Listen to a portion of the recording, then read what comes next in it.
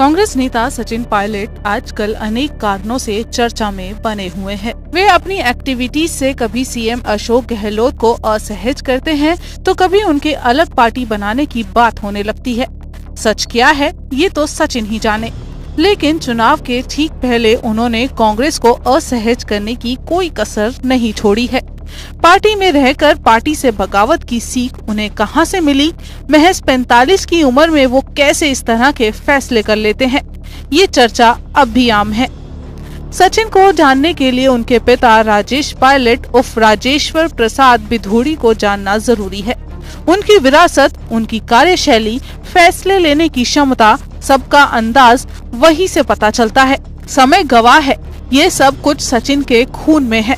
सचिन का जन्म भले ही एक वायुसेना अफसर पिता के घर में हुआ, लेकिन राजनीति में आने के बाद पिता माँ का संघर्ष कम नहीं रहा। जिस तरीके से राजेश और रमा पायलट ने राजनीति में संघर्ष किया और आगे बढ़े, वे अपने आप में किसी के लिए अनुकरणीय है। स्वाभाविक तौर पर बेटे के रूप में सचिन ने पिता की विरासत को आगे बढ़ाया और बढ़ा रहे हैं। राजेश पायलट के निधन को 23 वर्ष बीत चुके हैं। सचिन की उम्र उस समय 22 वर्ष की थी जब पिता का साया सिर से उठा।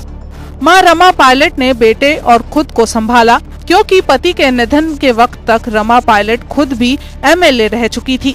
बाद में वो उसी दौसा से सांसद भी बनी, जहां से राजेश पायलट ने अनेक चुनाव जीते और राजीव गांधी की सरकार में केंद्रीय मंत्री बने थे। राजेश पायलट एक ऐसे व्यक्ति थे जिनका रिश्ता इंदिरा गांधी से भी रहा, संजय गांधी से भी रहा और बाद के दिनों में राजीव गांधी के भी वो बेहद करीबी थे। वायुसेना में पायलट राजेश्वर प्रसाद बिधूड़ी ने जब राजनीति में आने का फैसला लिया तो उनका इस्तीफा स्वीकार नहीं हो पा रहा था। तब राजेश और रमा राष्ट्रपति रहे फखरुद्दीन अली अहमद से मिले।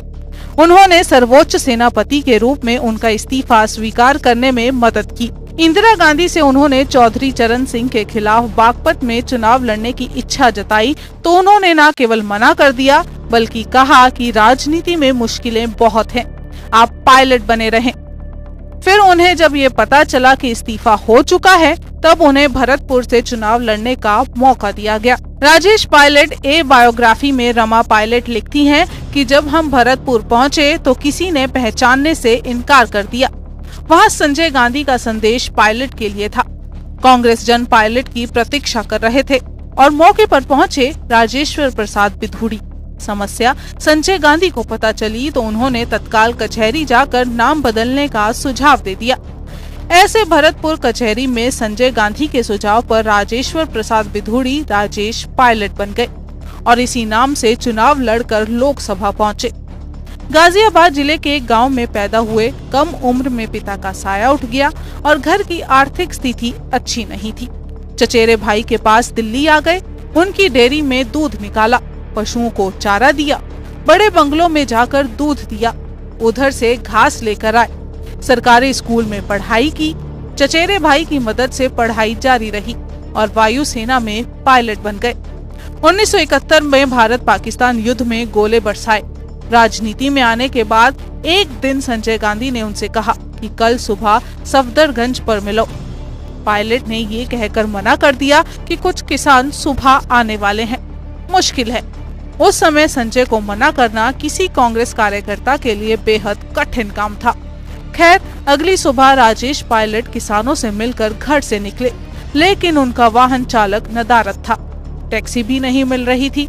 नतीजन वे चाहकर भी संजय गांधी के साथ नहीं जा सके और थोड़ी देर बाद खबर आई कि हवाई दुर्घटना में वो नहीं रहे। आंतरिक लोकतंत्र की बात हुई तो राजेश पायलट कांग्रेस अध्यक्ष पद का चुनाव लड़ने वाले जितेंद्र प्रसाद का साथ दिया। वे सीताराम केसरी के खिलाफ भी चुनाव लड़े। मंत्री के रूप में उनके अनेक फैसले इतिहास बने हुए हैं, जिसे दृढ़ इच्छा शक्ति का प्रभाव और कई बार पार्टी लाइन से आगे हटना भी शामिल है। इतने संघर्षों वाले पेरेंट्स के पुत्र सचिन पायलट में ये सब कुछ देखा जा सकता है जो उनके पिता में था, चाहे फैसले लेने की क्षमता हो, ना कहने की कला हो या संघर्ष का मुद्दा। राजेश पायलट को जानते पढ़ते कोई आदमी कह सकता है कि सचिन में उनकी पूरी छाप है, जबकि सचिन ने कभी गरीबी नहीं देखी। उन्होंने वो संघर्ष नहीं किया जो पिता ने किया। पर समय के हिसाब से सचिन का संघर्ष उनके पिता की कॉपी दिखती है। कहा जाता है कि वो अपने पिता की विरासत को लेकर चल रहे हैं।